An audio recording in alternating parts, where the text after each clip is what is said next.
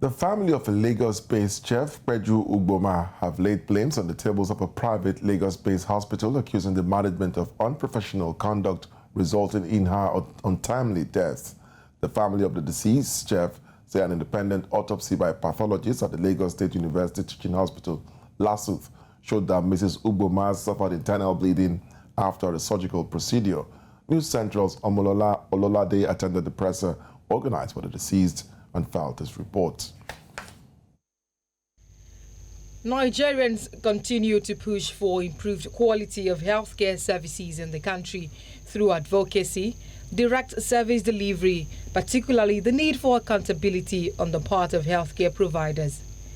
The Olisa Agbakoba Legal, in charge of the death of a Lagos-based chef, Peju Ugboma, who died as a result of unprofessional medical conduct, shared the same position at a media chat organized for the deceased as he advocates for complete reform of the Nigerian healthcare system and for doctors to be accountable for medical negligence and malpractice.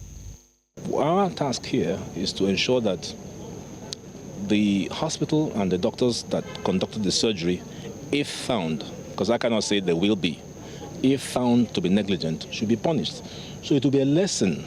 One of the things that we've done is to engage all the relevant agencies in Lagos State in this matter, as well as the Medical Association. We've also written to the Lagos State House of Assembly requesting for a public hearing to review the health reforms as it is at the moment, so that it holds doctors more accountable and ensures that the hospitals have the right equipment to carry out this kind of procedures as well.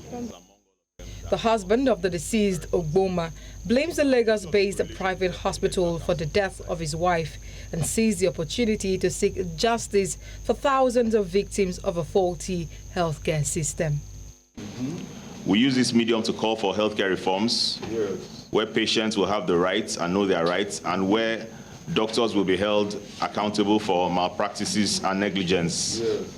Then we have retained Olisa Agbakoba Legal and Primera Africa Legal to help us with all legal issues and representation. Grieving family and friends of the deceased explain that their concerns are not just about Peju, but about lending supporting voices to women, particularly on health issues. 1 out of every 4 women would have this sort of surgery or something similar. So why are we losing our women to hands of people we can't call doctors? Why are we losing our women to proud people? I mean, I'm not going to say doctors, because if you're a doctor, then you'll be compassionate, you'll be nice, you'll be friendly, you'll care about the person. But we have none of that in this case. There is no doubt that the Nigerian healthcare system has suffered several setbacks, but the people will remain optimistic about the future of the primary healthcare in the country. Omolola Ololade reporting for News Central.